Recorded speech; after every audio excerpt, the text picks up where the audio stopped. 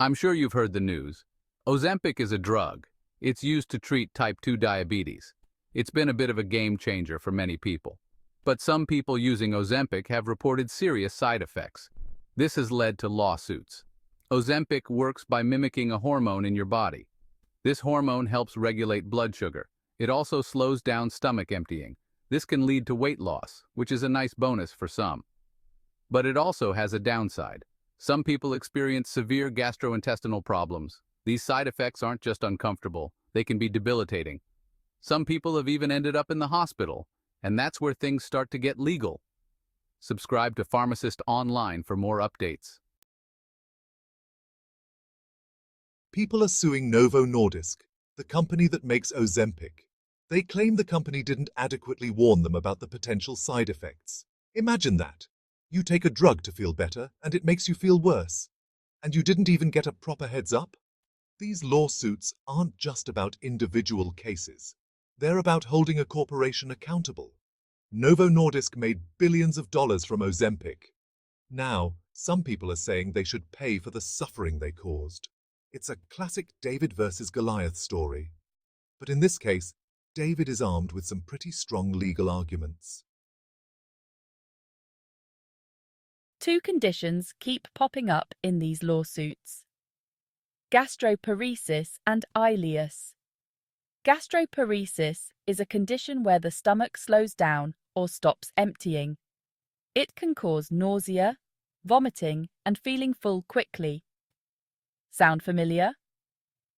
Ileus is even more serious. It's a complete blockage of the digestive tract. This can be life-threatening if not treated immediately. These aren't just minor side effects. They're serious medical conditions that can have a significant impact on people's lives. The lawsuits allege that Novo Nordisk knew about the risks of gastroparesis and ileus, but didn't do enough to warn patients. They claim the company downplayed the potential severity of these side effects, putting profits ahead of people's health. Did Novo Nordisk downplay the risks? The lawsuits against Novo Nordisk hinge on the idea of informed consent. Did the company provide patients with all the information they needed to make an informed decision about taking Ozempic? Or did they bury crucial information about potential side effects in a mountain of legal jargon? Lawyers for the plaintiffs argue that Novo Nordisk knew about the risks of gastroparesis and ileus, but deliberately chose to downplay them. They point to internal company documents and marketing materials that seem to support this claim. Novo Nordisk, of course, denies these allegations. They claim that Ozempic's label clearly states the potential risks and benefits of the drug. They argue that patients and their doctors are responsible for weighing these risks and making informed decisions. Pennsylvania takes center stage, the consolidation of cases. The Ozempic lawsuits are spread out across the country, but one state has emerged as a focal point: Pennsylvania. Hundreds of lawsuits against Novo Nordisk have been consolidated in a federal court in Pennsylvania. This consolidation is a significant development. It streamlines the legal process and allows for a more efficient resolution. It also puts pressure on Novo Nordisk to settle the cases rather than fight them individually.